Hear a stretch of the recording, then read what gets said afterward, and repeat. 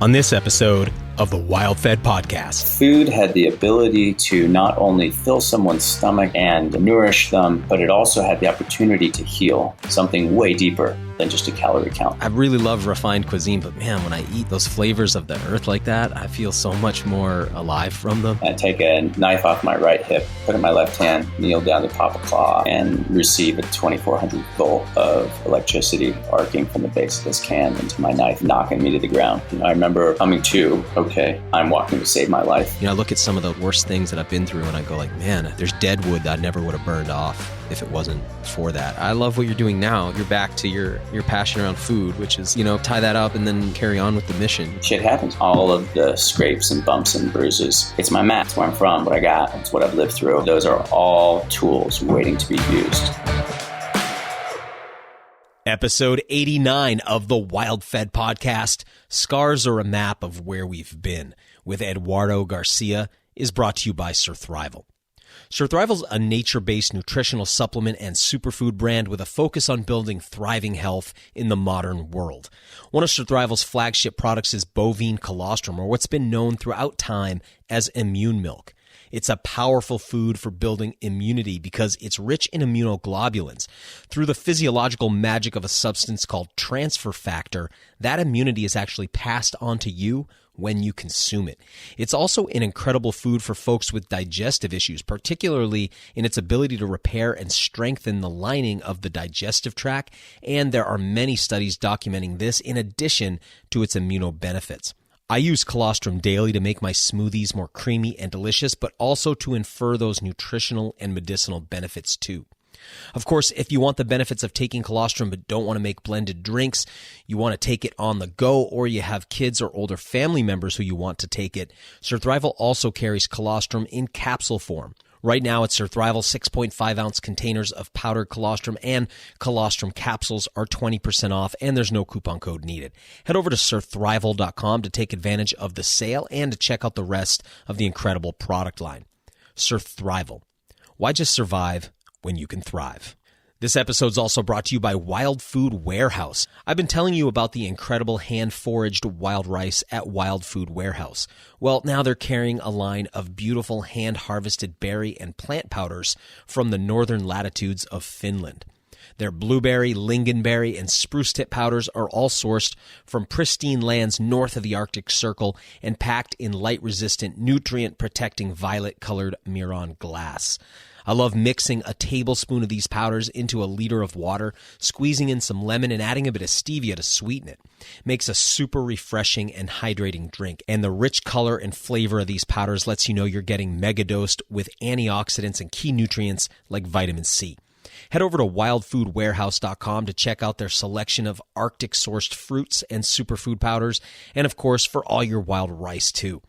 Use the coupon code WildFed and get 10% off your order. And while you're there, pick up some of that hand-harvested wild rice. You can thank me later. Again, it's wildfoodwarehouse.com.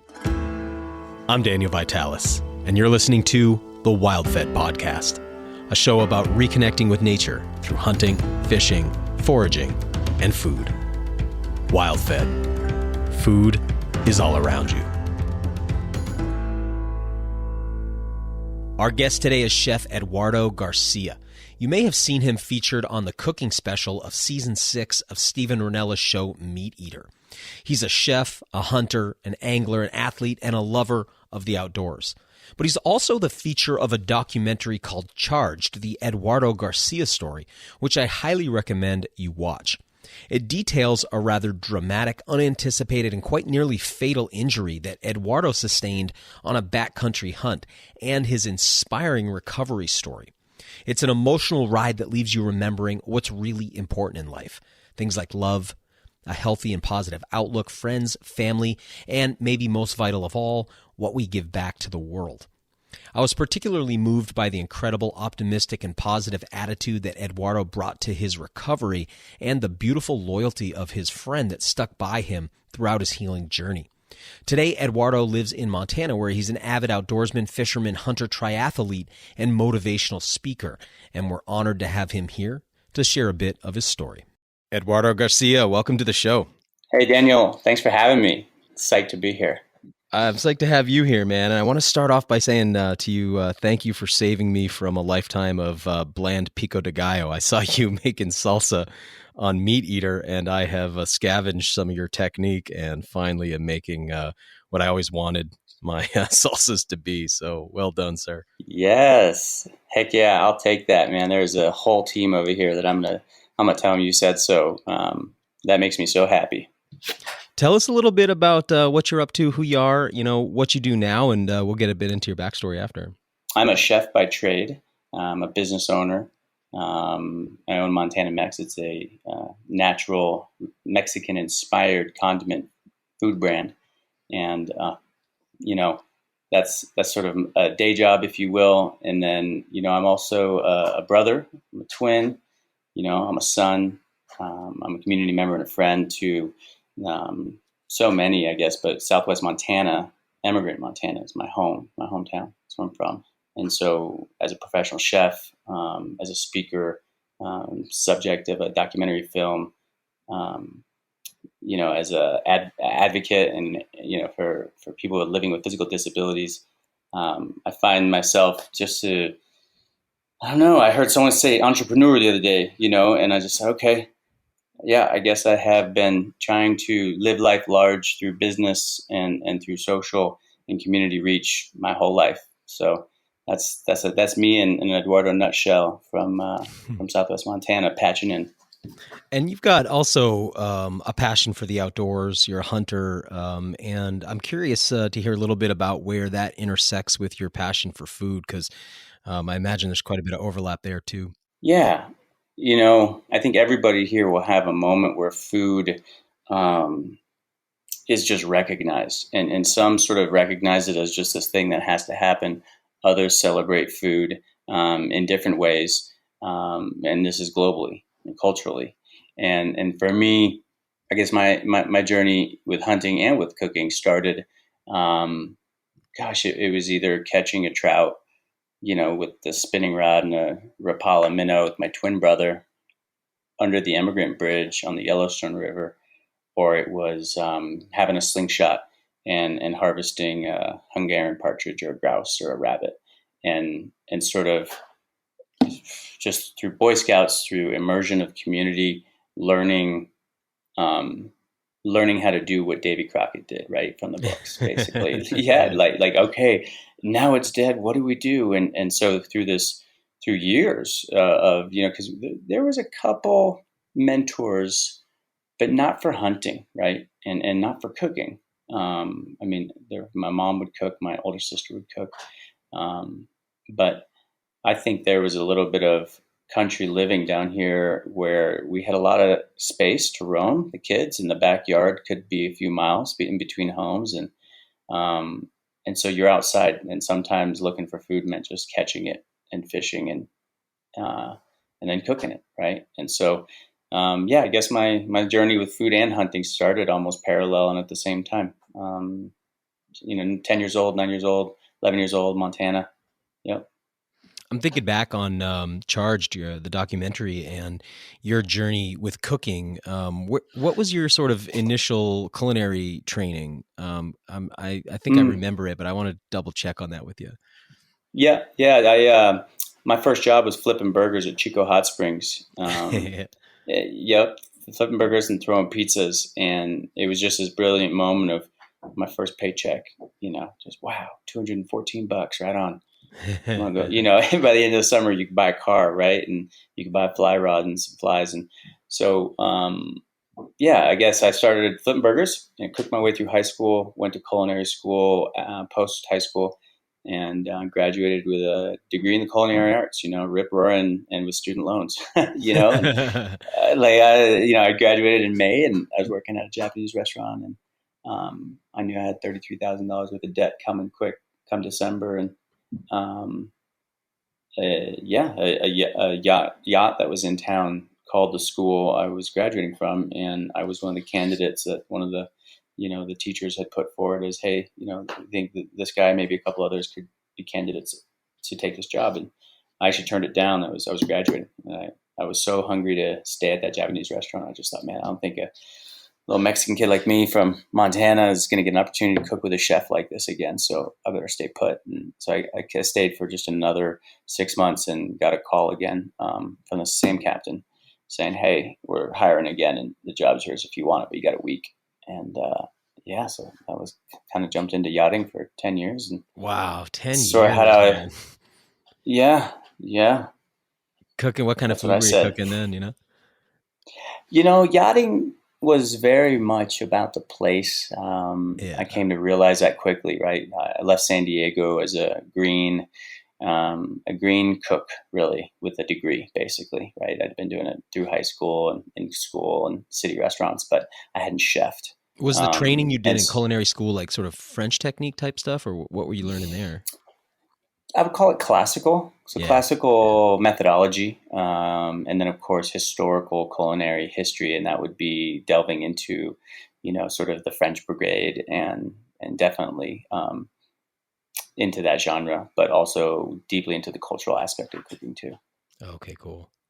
And so you were saying sort of when you were on yachts, be like a place-based thing. So you'd be kind of going to different ports and you'd have to select from what was available there. Yeah, So that green chef out of San Diego, we're headed to Puerto Vallarta, and I put a lot of my time on the journey down into developing a menu. So shopping lists, menus for the week, for the crew, for the guest, and it's a one-man job here in the galley. Obviously, everyone pitches in everywhere on a boat, but I just remember showing up at Puerto Vallarta as a 20-year-old chef, quote, quote, right? And walking into the, Mexi grocer and there was all this Latino from Nayarit, Jalisco, of the place. I mean, that's what those grocery stores had, right? And there was no fancy ingredients that I had listed out for this perfect menu. I was so used to being in the United States. And that was a wake-up call that changed for sure the next 10 years. And even my push to food now, which is show up, see what there is, see what is most like, see what is on offer that is just ripe to be eaten and cooked. And that's what you should be getting after. And it really was the beginning of this marriage between that kid that grew up hunting for the sake of actual acquisition, hunting, like you're hunting for something, whether it's a morel mushroom or a trout or a deer. And so as a chef, then we showing up in a new port of call. I don't know how many countries, but over 10 years, the Caribbean and Americas and the Mediterranean and Atlantic, and ended up almost hunting my way through these marketplaces. And it was very much just saying, okay, what time is feeding hour? Who's out? Okay, the baker's at 5 and this. And you just you almost get your nose on again. Right. And you get your longboard and you hit the dock and it's almost, the chef has the most, I'm going to say this now, I'm going to say this for the record. I don't think I've ever said this, Daniel, but I believe the chef job on a yacht, it's just ultimate. Because everybody wants to eat, absolutely everybody, and so it is almost the one thing the boat will turn around for is I forgot the bourbon, like I forgot the garlic, literally, and so so the chef really, even if you were just kissing a port for a minute to refuel, and nobody's going to get a chance to jump off into Gibraltar or St. Vincent or wherever you may be, the chef can always be like, I need 20 minutes, I'm going to get this, and everyone else is like, get a newspaper while you're out, But yeah. I struggle with recipe books because I often feel like when people are cooking from recipes, it's like they're trying to force something into reality, and it really relies upon, not always, of course, but it often relies upon this globalization with ingredients, so that you always have all the ingredients on the list, but in order to do that, a lot of times those ingredients have no flavor, they're out of season, they've traveled too far, too long, they've sat too long, whatever. And the idea of cooking that way is so strange to me, when you can kind of flip that script and cook from, base your meals on what's fresh, what's in season, what's like jumping out at you with life force and flavor, and what's getting you excited. So I'm wondering if you can kind of expand on that a little bit, because I just see so many people doing that. Like, okay, I need a green pepper, I need a tomato, I need, and it's like, man, it's wintertime in Maine. Like, that's not really a great place to start, So I guess I would break down my approach in this way, is that there are dishes pad thai, tacos, crawfish etouffee, and wherever, there's dishes that have names. And I always try to inspire myself and others to say, imagine that dish and imagine its components without their clothes on. So lentil, great. It's a red lentil, or it's a yellow lentil, or it's a, black lentil, but it's a lentil. It's a bean. It's a legume at the end of the day, right? Or pasta. It's like, okay, pasta. It's starch. It's this. It's that.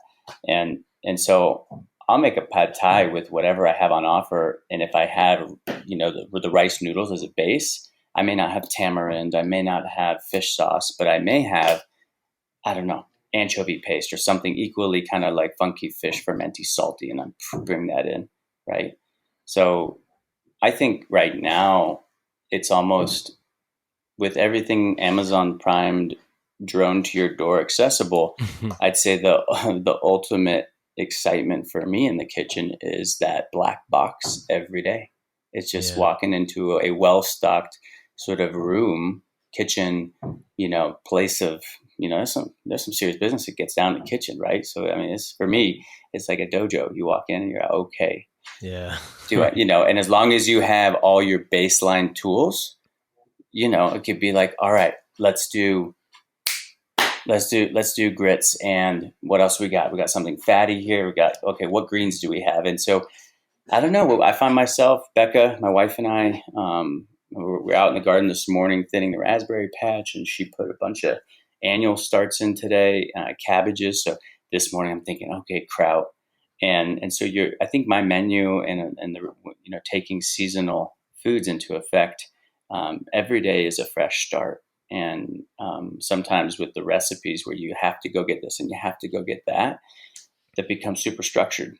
And it's good though to get the basics down in cooking, right? But I just love encouraging everybody to say, okay, if you're going to make an omelet, duck egg, chicken egg, even little egg, quail egg, guinea fowl, they're all generally the same, but think about it. So how are you going to make it different? So that's my answer. And at Montana Mex, you guys do sort of like Mexican-inspired condiments, you were saying. I wanted to ask you, I just got back from Kentucky. I was down in Louisville and in Lexington. And when I was there, I got to eat at some more classical French type places. And I got to eat at like some small hole-in-the-wall Oaxacan spots. And I walk out of there like, man, I can go spend $300 on, classical French cuisine minus the wine. And it's good. But then I can go spend $15 at a Oaxacan spot and be like, my mouth is just it's lit up. And I don't want to say on fire, like spicy. I mean, like all my senses are tingling. I just want to keep eating it. I'm alive from the flavors. I'm curious about your thoughts on that, because both cuisines are amazing, but it's like, what's up with Mexican cuisine and why is it so good? Well, thank you. My entire generational family's clapping right now saying, Daniel, you're right. Mexican cuisine is amazing. It is, if you go back to pre-conquistador times, the Americas, right? So there's Central America, South America, and then there's North America. North America and Mexico, they're basically all part of the main body of the Americas.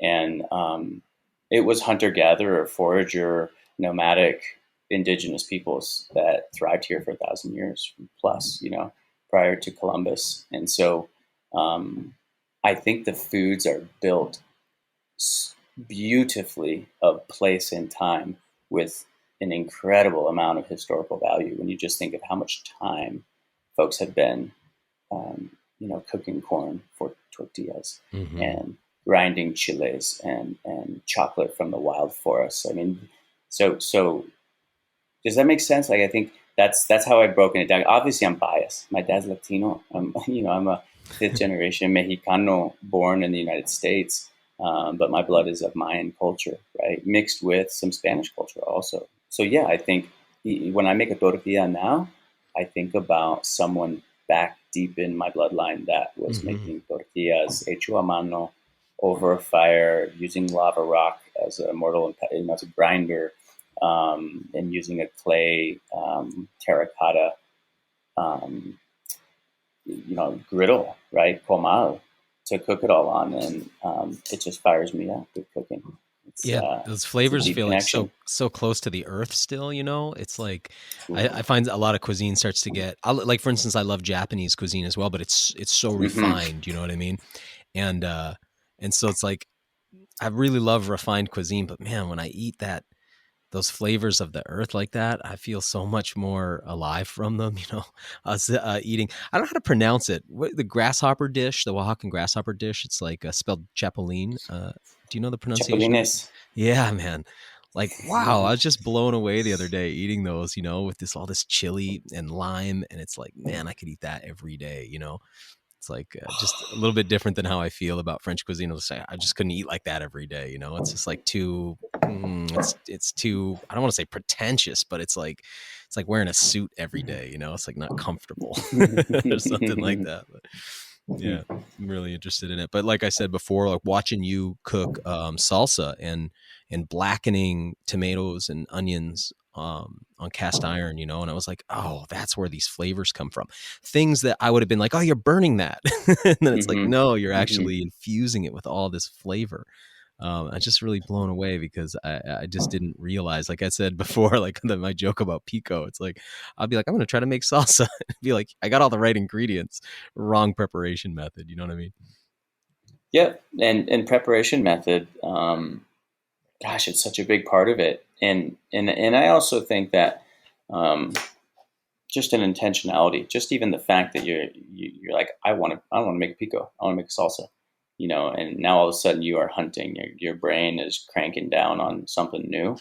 And that's just naturally exciting for the human. Right. Yeah, definitely. What do you have to, you know, what are your thoughts on, you know, you've been involved with the Meat Eater crew quite a bit in that whole scene. And we're watching this really cool renaissance in hunting and foraging. So both sides, you know, animal side, plant side, and, you know, all those algae and fungi in between. So we're seeing all this food from wild landscapes come to the surface. And I'm curious how you view cooking with those ingredients versus cooking with store-bought ingredients. Do you see them differently? Do you think they get cooked differently? And do you have any input for all the people who are sort of suddenly have access to all these ingredients because they've taken up these practices like hunting and foraging for the first time, and they only have experience cooking with domestic animals or domestic vegetables and things like that? What are your thoughts on wild ingredients, and I guess in general the sort of explosion of interest in wild foods that's kind of happened in these last few years? We'll get right back to the show in a moment, but first, if you love the WildFed podcast and TV show, head over to wild-fed.com and check out our store. We recently added a really cool tactical patch with our logo that reads Hunt, Fish, Forage, Food. It's got Velcro hook on the back so it can stick to any of your Velcro loop fields, on garments like jackets, on packs, and even on Yeti soft coolers. I keep a collection of Velcro patches on my vehicle ceilings because Velcro sticks great there too. We've also added some new stickers and sticker bundle packs, and right now everything in the store, including our WildFed hats, are 10% off with the coupon code JULY10. That's the word July and the number 10. If you love the WildFed podcast, TV show, or both, and you want to support our mission, head over to wild-fed.com, click on the store, and use the coupon code JULY10 at checkout. Now, back to the show. Thanks for inviting me to speak on that topic. It's something I'm very passionate about. And I'm all for what, I think we can call a renaissance, right, of sorts right now. It's a total revival, and I'm all for it. I think it's great. I believe that even in my own admittance, there is a certain amount of gluttony, I guess, that we are all prone to, whether it's wild or domestic, or conventional acquired. And so even in my own journey, I'm just trying to really look at the wild food space. Going to the grocery store for me is wild. All right. It's a trip. So listen, my approach with wild food right now, I believe that the ingredients, however they come to us, whether they're traded, whether someone grows it themselves, I have a garden outside and it's wild out there sometimes. You don't know what you're going to find at times. And so I think just simply getting closer to our food source, whether it's by hunting, fishing yourself, whether it's connecting with a local grower or farmer, whether it's trading with a friend who is the hunter fisherman, and just simply going along to help or view the process. I think all of those ways are very healthy. And so when folks are saying, well, how do I cook this and how is it different? Just go back to your methodology of just knowing how to cook a steak. And even if it's a beef steak, you're going to cook any other steak. Get to know the anatomy. Where's it coming from? Don't just call it a steak. I mean, come on, let's invest in sort of really honoring what it is we're talking about here. You know, when someone looked at it was like I was addressed as just another human.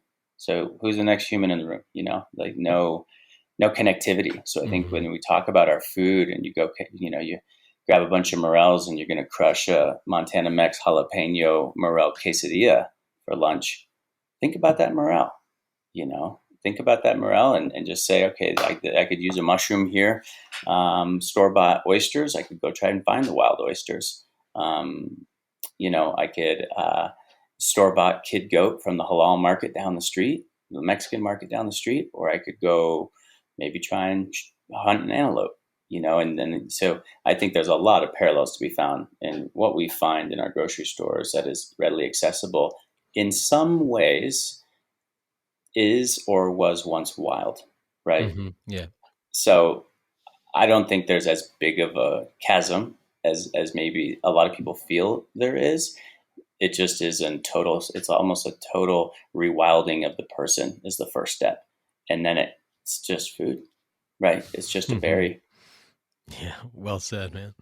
It's almost like in the United States, growing up. How old are you now? They tell me I'm 39 3/4. Yeah. Okay. So going on your 40th time around the sun. I'm 42. When we were growing up, it was like no food culture in the US. You were talking about before sort of the, Mexican food culture and Mesoamerican food culture. And, you go down to South America, you see these food cultures that go back so far, but, United States kind of had its traumatic beginning origin story. And we end up with this like no food culture by the time we're growing up. It's just like macaroni and cheese out of the box type stuff. Or we had that microwave food revolution and, TV dinner, all that kind of stuff. I mean, at least for me, I grew up with like very little food culture. And now you go out to any city in the US or many of the cities in the US and there's just this incredible food culture taking place. What are you sort of seeing in the direction of American food culture and just sort of what are your thoughts about where it's headed and, what's unfolding right now? Because it seems like a pretty monumentous moment for food, in North America again right now. Yeah. It is. I'm applauding over here on the sidelines. I think the challenge for me is there's a massive footprint in our industries at large right now, right? And so I think the more that our restaurants and our places where we eat. How do I say this? This is going on the record. I can't be here at home trying to live a super conscious life and sort of footprint on the earth and our natural resources and have a business that is not doing the same, right? So my take on food at large, hospitality, our restaurants and things, and then our manufacturing. I just believe that we really need to pay it forward, and maybe some of it has to go to the consumer. So, if you're enjoying the variety of all these restaurants that are popping up in hometowns like mine, great. But then, I would love to see the restaurants also just make sure that, and the food brands make sure that our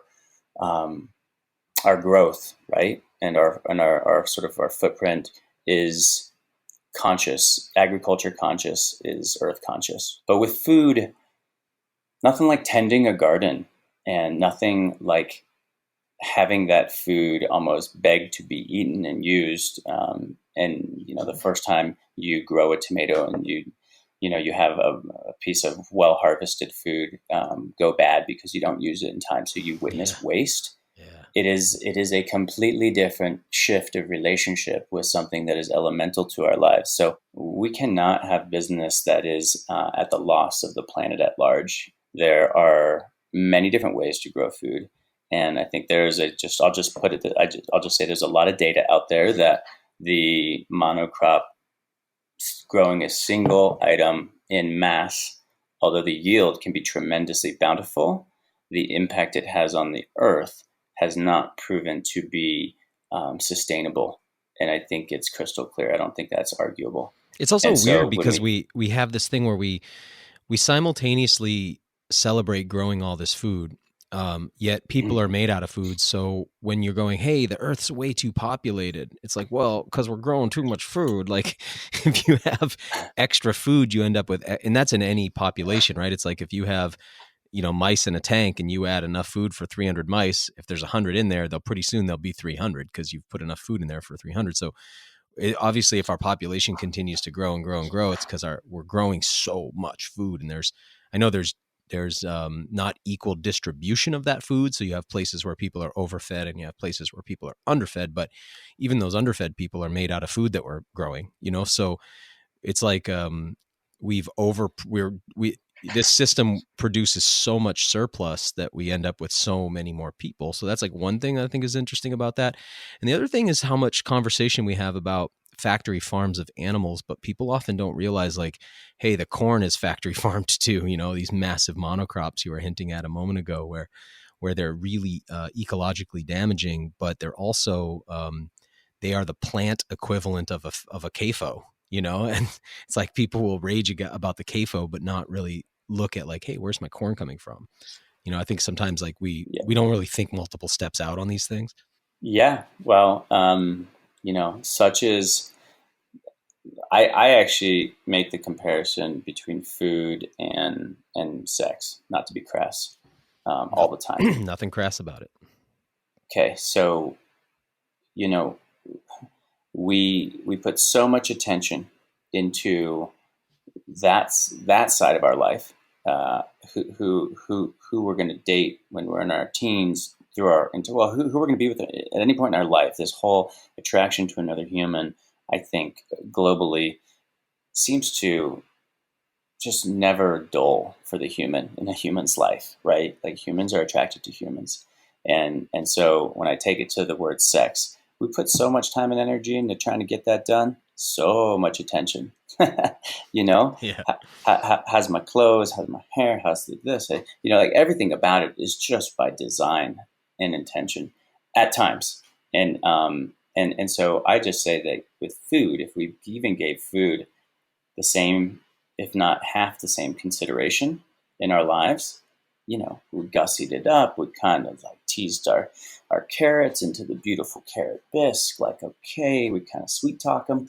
All of a sudden, you're getting so much closer to most likely what was an everyday must do every day 1,000 years ago, if not even that far back. Just every day, chop wood, fetch water, like these basic standards of life. Food had to happen every day. There was absolutely no DoorDash. So for me, what I noticed by growing food, by hunting food, and by being an advocate for food being a total player, a part of the family, right, a relationship to self, is that we're willing to pay for it. We're willing to put the time, energy, money, whatever you want. If you're not going to grow it and get the calluses, then you're going to, you should pay for it, but you should pay up for it, right?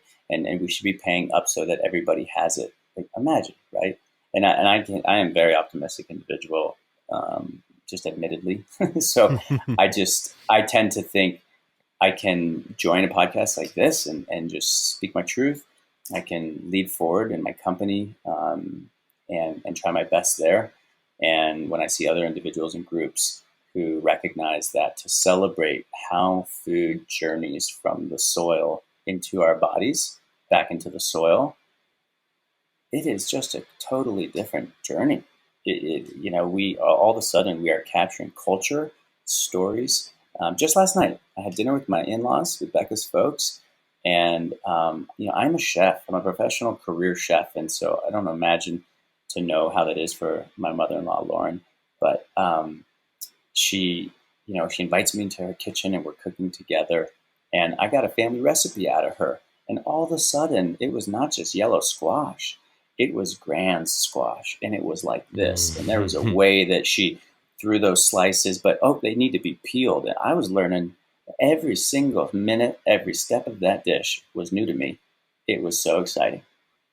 Wow, man. I appreciate that. And going back to what you're saying a moment ago about monocultures, and sometimes, you're somebody who likes to live in the countryside, and I am too. And I often think about the cities as being like a monocrop of people, and you can find like some dogs and some cats, maybe some ginkgo trees, stuff like that. But it's people, it's a lot like a big cornfield or like a big CAFO, and full respect for people who want to live in the cities and full respect for that life, for people that need to live in the cities. But I often feel like very similar. Like I don't want that for my corn. I don't want that for my cows, and I don't want that for myself, So there's something about, that intentionality that happens when you're outside of that environment, and because you have to do so many more things that keep you connected to what keeps us alive, and that's kind of like a humbling thing, I think. So, but man, I want to kind of change subjects a second and talk a little bit about your film, because I was really moved by it. I'm sure you get that feedback quite a bit. The film's called Charged, and I had, like I said, I saw you on Meat Eater. I think I've heard you on there too. And so I had a sense of you as a chef. I didn't really know your backstory, and I think you touched on it briefly in one of the episodes I'd seen, but I didn't really, that's not how I knew you. So watching the film, I mean, it was just like one of those things that kind of, whatever problems you have going on in your life, that's a film where everything kind of gets set to the side, and it's like such a human story, that you're like, problems seem really small for a second. You remember what's important watching you go through that. Wondering if you could talk a little bit about, just sort of walk us through the story a little bit. I really recommend people watch the film, and there's a lot that happens there, but yeah, tell us a little bit about it. And also, I guess the one thing I wanted to add was, it seems like there's so much footage in the film that comes before sort of the main topic, that seems like you had been working in video for a little while, or working on video stuff. And I was wondering, you mentioned it briefly that you had been working on a cooking show or something, or had wanted to, but watching the film, I was sort of like, where's all this footage coming from? Because if you didn't have that, I mean, it adds so much to the production to get to see you, see some of that older footage of you and what you were up to. So what was going on, I guess, before, and then, what were you working on? And then tell us about the story a little bit. Sure. I think you start with a 10-year yachting career. And while yachting, I met Jenny Jane, my friend, who then girlfriend, and she was also working as a crew member on the yacht. And I think it was around 2007, she came home to visit Montana, and we cooked over the fire wherever we went. It was what you do. And so that gets repeated over the next couple of years in Montana visits in between yachting stints. And at some point in about 2008, I realized a couple things. A, I'm burning out on 20-hour days on the yacht, just being away from my family for such long periods of time. And I just am not waking up as passionate about yachting as I once was. And yet I'm really, as a family, my brother, my sister, and then my partner, Jenny, we are talking about this business concept of starting a Mexican food brand. And Jenny and I are talking about developing a TV show called Active Ingredient, which is going to be like a cooking, basically a segue. Name, good name. Right. I like it too. And so the concept was that I loved to cook, and I loved sharing my ideals about food, my passion for food with other people. And yet on the yacht, it was sort of capping out at the same crew or same number of guests. And although it was hard work, I felt like I really needed to get a bigger message out of me to a larger audience. And I missed home, right? So I come home in What was that message? 2011. What was that message, Eduardo? That food had the ability to not only fill someone's stomach and put a smile on their face and nourish them, and pleasure them, but it also had the opportunity to heal and to hold and to culture, like cure and culture, or to seed sort of something way deeper than just a calorie count.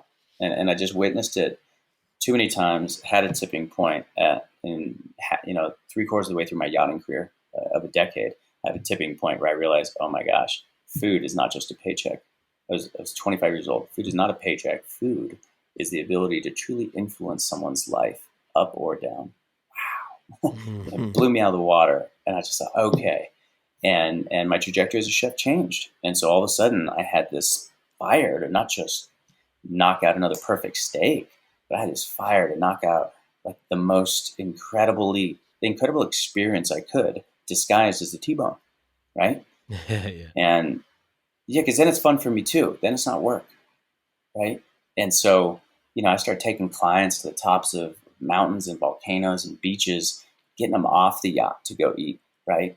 Doing it Montana style, doing it active ingredient style, doing it my style. And this is what Jenny had seen too. So, I leave the boat in 2011 with these two birds in the hand. One of them is Montana Mex that I'm working on with my brother and my sister, Jenny. The other one is the show. I get an agent, and we start shopping this out to networks. And so I come home that summer, and fall comes around, and we're about a week away from having a meeting with the Food Network to discuss, an offer or a contract, or just get into a potential pitch here on the show concept.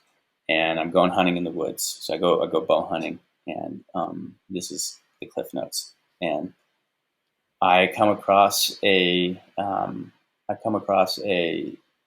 can about 3 miles from my truck, and it is a metal, 50-gallon oil drum cut in half looking can, and it is 3 miles into the woods, headed up a mountainside, and covered grass, sagebrush. And inside the can, there's a mop of fur and some bones that looks like it's been there for a long time. And I see claws that kind of clues me in, maybe a baby black bear that's been dead in this can for a while. And I take a knife off my right hip, put it in my left hand, kneel down to pop a claw off, and receive a 2400 volt of electricity arcing from the base of this can into my knife, knocking me to the ground. That life-changing moment then turns into, this film that Daniel mentioned earlier, and why did we have this material and content? Well, we were already capturing content for this TV show, right? So in 2008, we had started capturing content for the TV show. And so when I get zapped in the woods, the why it was there, it was a junction box headed up to a backcountry cabin. And there used to be a lid secured on it that was no longer on it. So it was in disrepair. And, bad things happen to good people, and shit happens, It described to people how severe that amount of electricity is, because I was sort of staggered by the injuries that you received from it. Yeah, right. I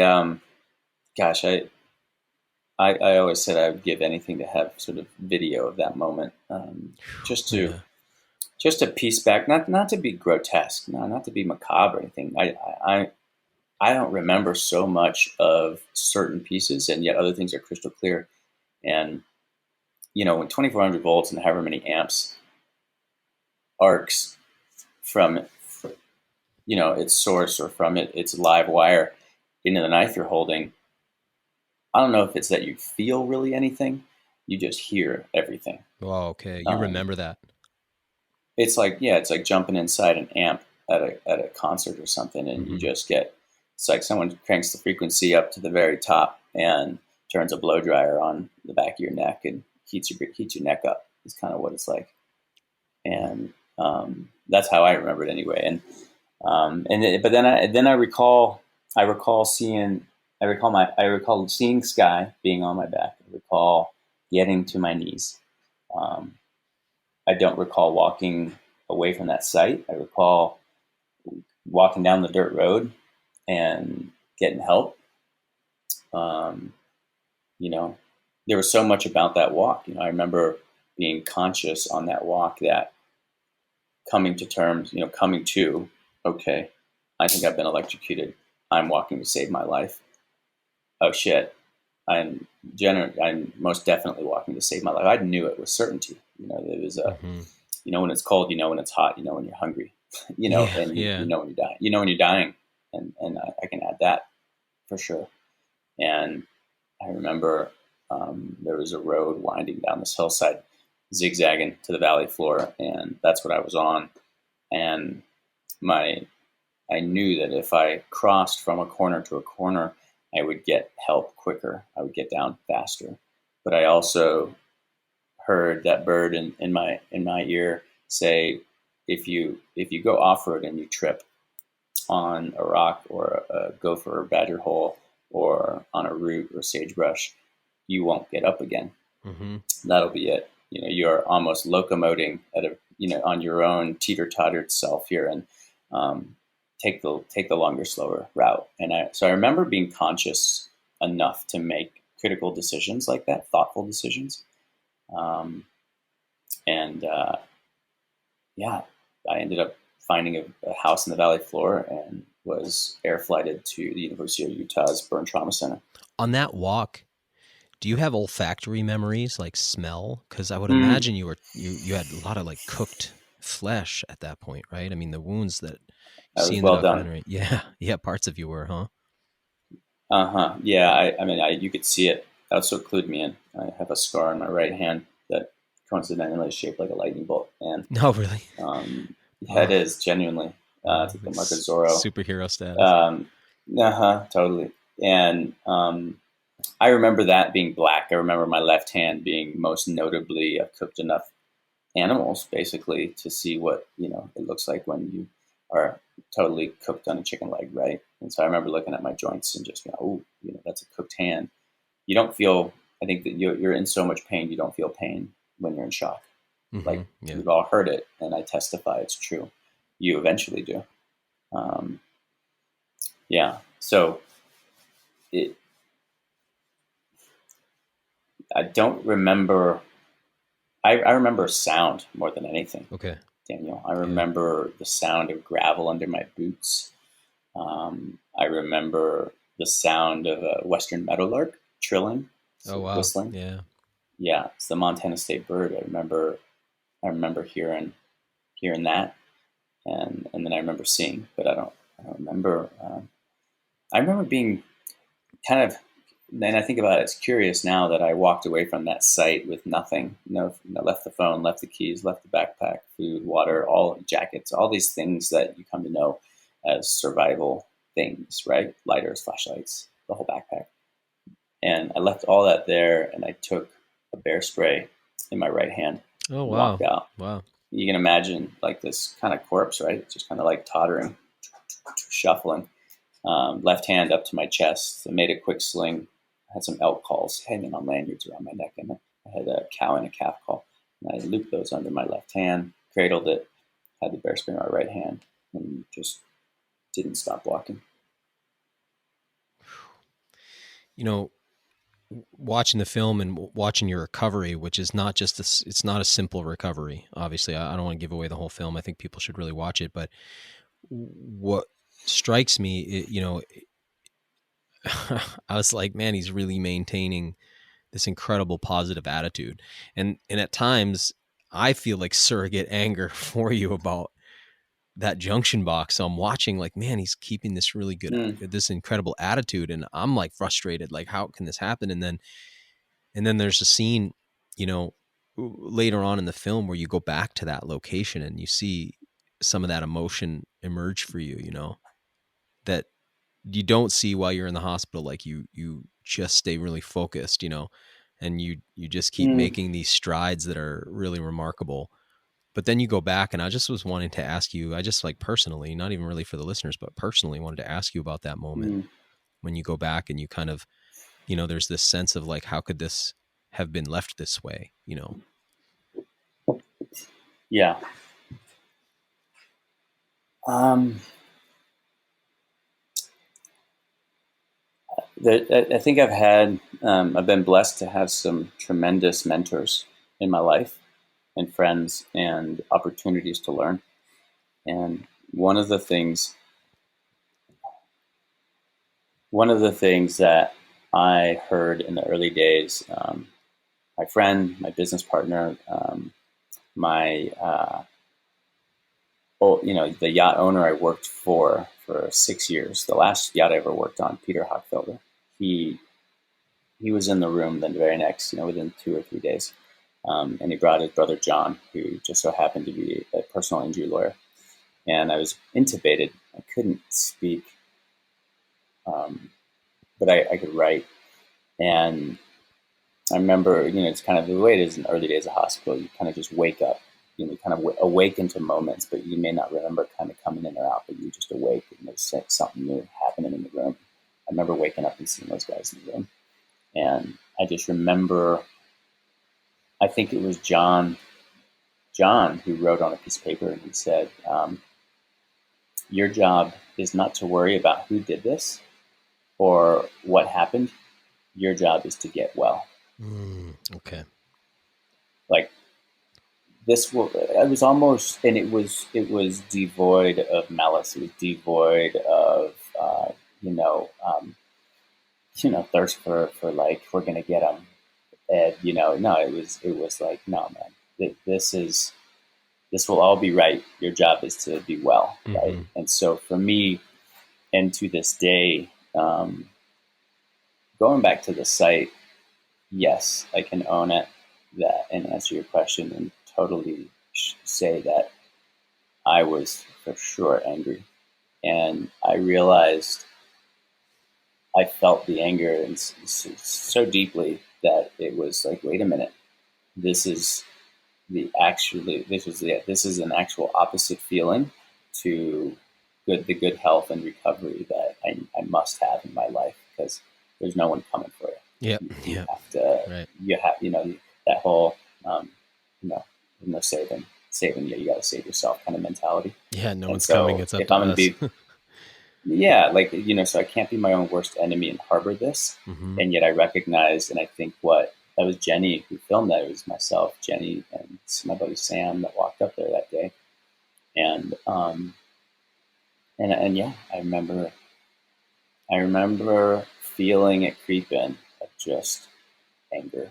And it felt just like the hospital bed. It felt like what I had just kind of healed from, right? Like, it felt like all of this stuff that had already happened, like the hand that was lost, the bits and pieces that you physically lose in an injury like this. That physically is over there and has now composed back into the world at large. There's no physically getting any of that. And so I felt like that anger had to do the same. Mm-hmm. It just had to be like, okay, yep, say what you want to say, get it out of you. Yeah, and exactly. Cry it out. And then like, andale pues, on it, get on it, man. Mm-hmm. And then move on. Mm-hmm.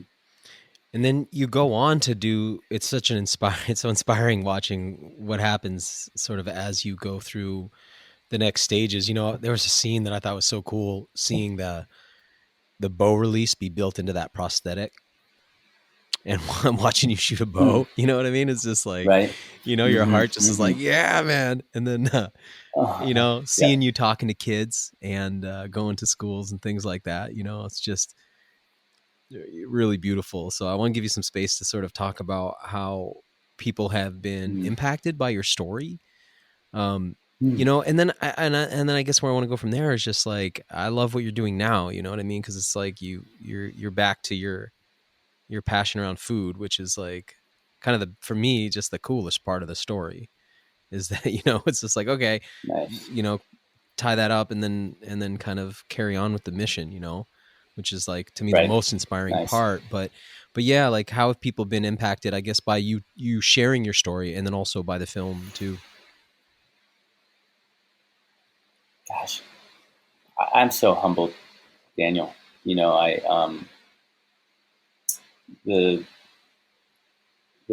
have to have a podcast, a part 2, just to simply share the impact that the film, or my injury has actually had on my life in a net positive way. But I will say that I came to really find some emotional healing and then purpose through this, from this injury, by just owning the fact that I'm an amputee, right? Owning the fact that this has happened, and then by sort of owning that, and the introductions through friends, meeting other amputees, working with groups like the Challenge Athletes Foundation. Um, thinking about Charge, this documentary that you can go to Amazon, you go Hulu, you can download this, share it. You can, there's captions in multiple languages.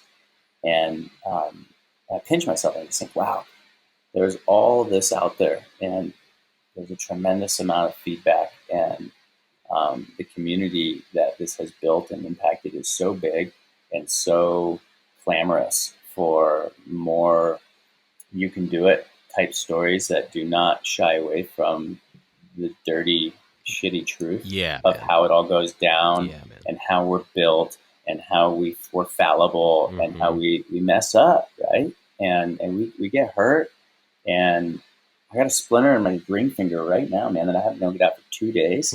And when you got one hand and you're trying to use your hook or whatever else to try and get splinter, it's always easier to get your own splinter out, am I right? Like, not let someone else do it for you. And right. So I look at this thing, and there's a certain amount of pain that just is a part of life. And the more we can rally with each other, with join some organizations that bring community in, share your straight truth out there, and share a story that is hard for folks to hear sometimes, but I think it gives us confidence that we can. Tomorrow's a new day. Yeah. Yeah. So I'm incredibly humbled by it all, to be honest, and I'm also empowered by it and motivated by it. Right? I feel I spoke at a conference, an international conference for the American College of Nurses and Surgeons, and I remember sharing that, and I do feel this way, that I owe it to everybody that put a minute into my life. Anyone that and includes you right here, right now. That how to wake up and win, wake up and try it every day to just stay wild, basically. Like, approach every day, not knowing what's going to happen, just as hungry as I was the day before. And that is not always the case. We have tanker days for sure.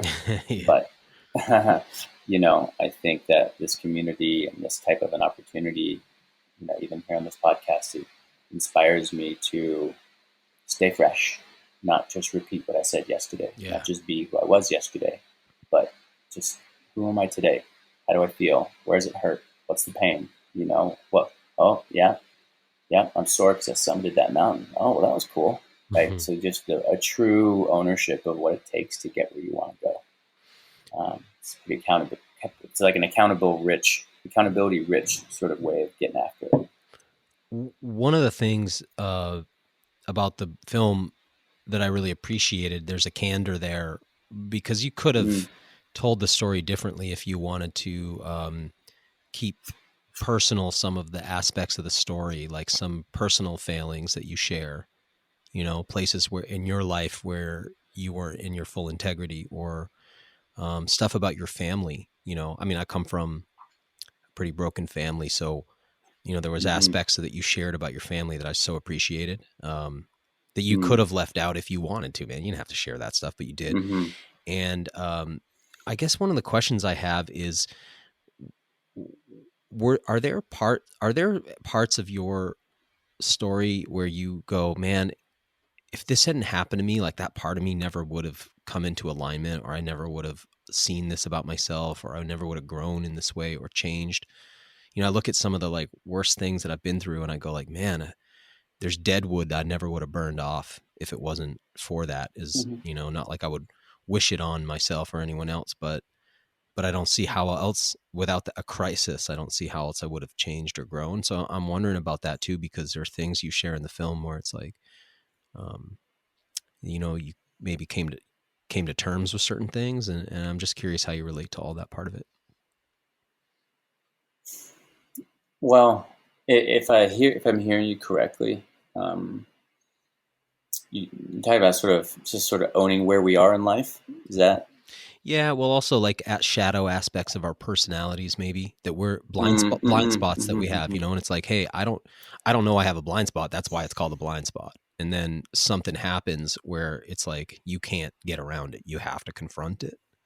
And it seems like we see you in the film confront some things that are pretty personal that that you share in the film. So yeah, just wondering if how you feel about that aspect of it, like that trauma makes you come to terms with things that maybe otherwise you could spend your life like suppressing with with food or with drugs or with drinks or with whatever it is, Yeah. and then you suddenly have to Yep. confront it.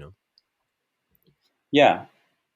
So for one, I agree that's a valid. Um, I think that's true. I think that happens, right? We see that in our lives and that of other people's lives. Um, a major life event catalyzes a change, subtle or radical, but a change, right? A shift of course. And what I think's notable is that for me, I feel like I've always known right wrong. I've always feel like I've always known there's a grizzly bear up that drainage, go that way. Like I feel like deep down inside, and I like to speak in metaphor. Everyone's got that by now, right? um, this is the Wild Fed podcast. So in that kind of note, I I just believe that we need to approach life as if we are wild. So sniff it out, be hungry for where the change can happen.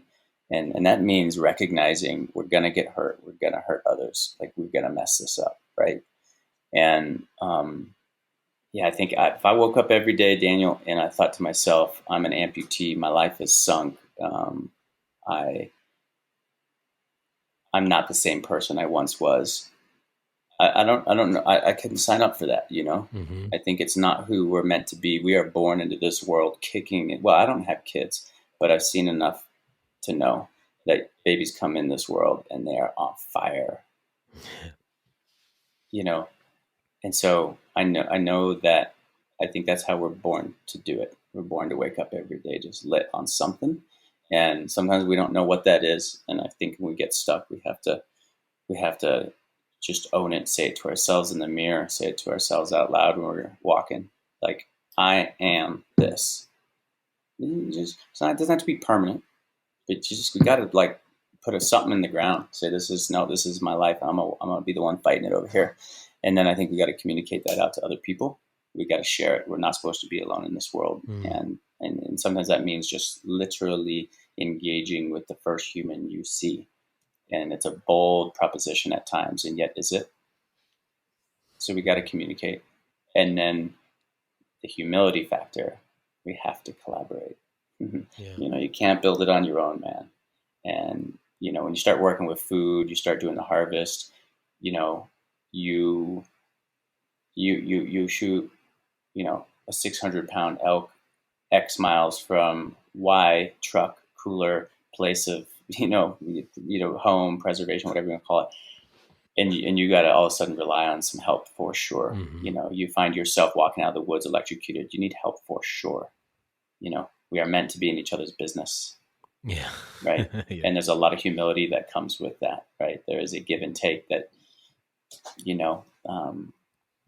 so yeah, I just would love to like sort of add that to sort of the whole approach that I wouldn't take any of it back. Mm-hmm. I think that it has brought a massive dose of humility, which has brought better vision to my life.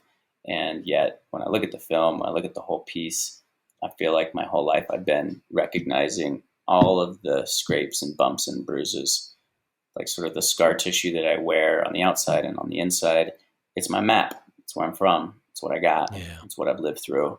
Those are all tools waiting to be used to the best possible outcome of this wildlife we got. Right. So like, I don't villainize any of the past, any of those bad choices. Yeah. But I do wake up and I'm like, okay, my body hurts today. Having a prosthetic is challenging, but I probably got better than some. So let's go. Yeah. Your recovery is like, I mean, for a long time, there'll be people who come across your story and are, better for it and are motivated and heal as a result of like the inspiration they get. And so that's like such a gift that you're giving back to people. And now you have this national platform, or I guess probably international platform, which has been must be pretty wild to get thrust into the sort of the limelight. And from many different angles, from what I can tell. I'm curious, like how it's been for you to have that platform, that voice that so many people are hearing, and like what's in store, for where are you going with things in your life? Like what's the future hold? Sure. I feel there was many years where Jenny in the early days and then business partners, hey, Eduardo, put yourself out there, like do the show. Like, those were concepts that others were thinking about before I was, for the most part. And my tendency was to say, nah, I don't want to be out in front like that. And yet we're brought to moments where we recognize that someone's got to be up front at some point in time. And there's other times when you got to be in the back. You watch a Canadian goose formation fly, and they got this rhythm, right? When you're strong, you're up front. When you need a rest, you're in the back, and it just happens kind of at big level. And so for me, I realized I was not growing in my recovery. I was stuck. I was not finding myself managing some major trauma from this part of my life, probably other things too. And I found that by opening up and by sharing and by kind of just being as vulnerable as I could be, ergo as totally myself as I can be at any given time, that's the best prescription I can have. Mm-hmm. It's the best prescription for all the broken bones. It's the best prescription for all the mistakes, is to just own and grow, right? Compost that stuff. And so yeah. when it comes to being comfortable, I think we know that the hardest part is the edge of the diving board. The easiest part is to do it again. Say, oh, I can do it. Yeah. I can do it. Yeah. Let's go again. Backflip this time. Swan dive this time. Yeah. And if it brings you joy, if it does not harm others, if it contributes and supports to something greater, and I think it's so valuable to not always have to be paid, so to speak, to do anything. Like, how good is it to just do something because you decided, I'm going to do this? Like, I'm going to show up to do this, mm-hmm. right? And so I think having that kind of criteria in my work these days, right? You mentioned sort of this international footprint and,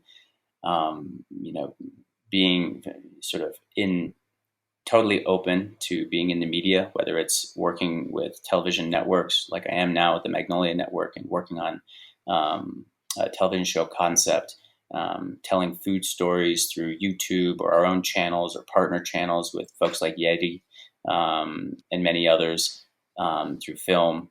It's all part of this massive kind of like stoke factor of like, wow, how fortunate am I that the world even cares? Mm-hmm. I better show the F up, right? Yeah. and so I'll get a message back from someone that says, hey, this is how what you did changed our family or me for the better. Thank you.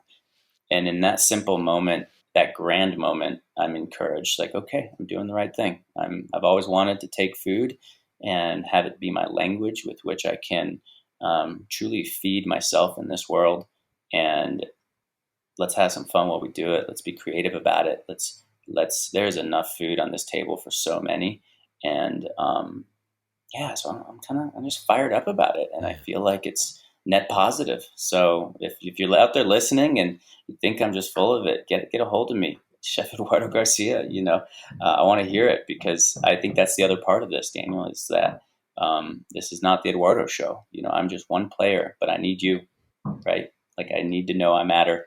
And that means that I need to know who you are. I need to be invested in the world around me. Yeah. And that means, God, it is up to us.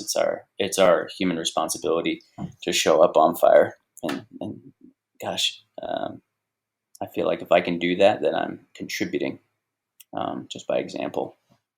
And what can we expect from you coming up in the future? You're working on something with Magnolia, you said. I'd love to hear about that. And what did I see recently? Was it Yeti, or did you do something with Traeger? I saw a really awesome, must have been like a 10-minute piece taking place that looked like at your home with your family cooking, that was just such like a beautiful little spot. Yeah. And that's all part of it, so Montana Mex can't just be a company that sells ketchup and jalapeno seasoning that'll make your pico de gallo next level. Just saying. But it's the partnership, right? It's I love that a brand like Traeger Grills will want to work with me and Montana Mex and my brand to bring a celebration of food to others. That's my dream, right? That's why I stopped yachting, which my friends and family told me I was nuts, leaving the dream job, right? Surfing, traveling, cooking around the world. And yet I wanted to share it with more people. And so when I get to collaborate with folks, and not to mention, it's not just to share each other's brands, but when another brand says, hey, we want to tell a story about your love of food and your family and your roots. God, what an honor. Yeah. Right. And so I was at the office yesterday, and Lindsay Mulcair, super talented photographer, and works as a content manager for Montana Mex and my brand. And we were just recognizing, like, how awesome is it that there's all this raw footage from all this work with all these partners, that a lot of folks won't have that same documentation about their family tree, a moment in time, right? Yeah. I get that. Yep. Yeah. So I just feel so lucky. I feel so honored, and I of course, work with Magnolia right now, that same show, right? That same interest in having a show where food is a core element of it. That opportunity 10 years later, right? Never give up is what they say. And so, as a team, we have long kind of kept that dream alive, and then even individually stepping into this opportunity, we're working on a concept. There's no working title. It's called the Eduardo Garcia Project. But what we know is that, and what I can share is that it is, that intersection that I have, where it is my calling. It is one of my languages. It's that food is the common denominator that connects all of us. And I have a deep, deep, curious desire and interest to know what fires you up, right? What fires someone else up, because I naturally want to share what fires me up, because it says I'm seen, right? Like, okay, I'm not just invisible in this world, but then when I get to see someone else too, I get to reflect upon myself and really feel comfortable in my value by knowing the value of others. And so this concept is about how food connects what you got, what I got, through different human story, components.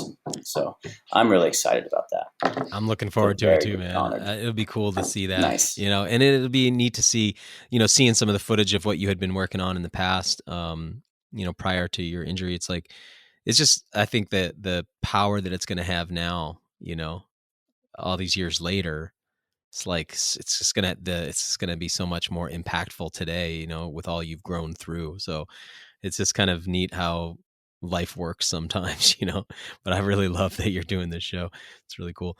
And tell us about where people find your stuff. Where do you send people? I think I watched your film on Amazon Prime, I believe, but tell people, about all your stuff. Yeah. Well, the documentary, I have to give so much shout outs to the executive producing team, the film team, friends, family, and everyone. There's a Kickstarted film that is now out there. And the way I say it is, every day it is finding someone that is trying to get through the wall and trying to see the light at the end of the tunnel. And through a really dedicated film team, and of course, Jenny Jane. This film is out there in the world to hopefully recognize the caregivers, those that are helping someone else out right now, maybe the unsung heroes. And then, of course, someone sitting in a bed somewhere fighting for their life in some capacity that needs to be reminded of what you've got inside. And so I think this film does that. And I would encourage everybody to go to Amazon, go to Hulu, go to chargefilm.com to learn more about who created it and the family and story behind it. But go watch that film and then pass it to someone. And then, what I'm up to every single day is with my food brand, Montana Mex. Our mission has always been the same, which is to make the joy of food and cooking with others a pleasurable experience. And I love to strike the word easy from food's conversations at large. So it's not meant to make your food easy. It's meant to help you celebrate food as a necessity in your life. So we're a party factor. So to say that, it makes food easier, you can just sprinkle it on your chicken. Well, the truth is, yes, you can do that. So you can go to montanamex.com and check out our product line. We have organic sauces, we have seasonings, we have extra virgin avocado oil, but we also care about our communities. Tapping back into the early podcast, giving back is big for us. Looking at the disability community, we have a charitable partner, the Challenge Athletes Foundation. So if you're out there, you're on our website and you're cruising through our food journey, our food history, our recipes, picking up something to try in your kitchen, I appreciate it. And I definitely encourage you to do that. But also look at the Challenge Athletes Foundation and who we support. And if you know someone out there that is challenged in some way with not knowing how to sort of get physically active in their life, turn them on to that. So, I'm just, Daniel, thank you so much for having me. So grateful to have been here and to have connected with everyone. Yeah, man. Thank you so much. And I'm really glad to connect with you too, and looking forward to connecting again in the future, hopefully in person sometime, and love to sit down with to a meal with you somewhere. So thanks for your vulnerability, man. And thanks for your emotional intelligence with which you share. And just really going to be out here supporting all your projects, man. So yeah, thanks so much for your time today. My pleasure. Thanks, everyone. Thanks for listening to the WildFed podcast. You can help us grow the show by subscribing and leaving us a rating and review. It ensures better rankings and more advertiser interest, which translates directly into better shows, more awesome guests, and a constant stream of fresh, new content. Have a question you'd like answered on the show, or a hunting, fishing, or foraging trip you'd like to host us on? Email us at info@wild-fed.com. And be sure to visit our website, wild-fed.com, to check out the WildFed video show and store. WildFed. Food is all around you.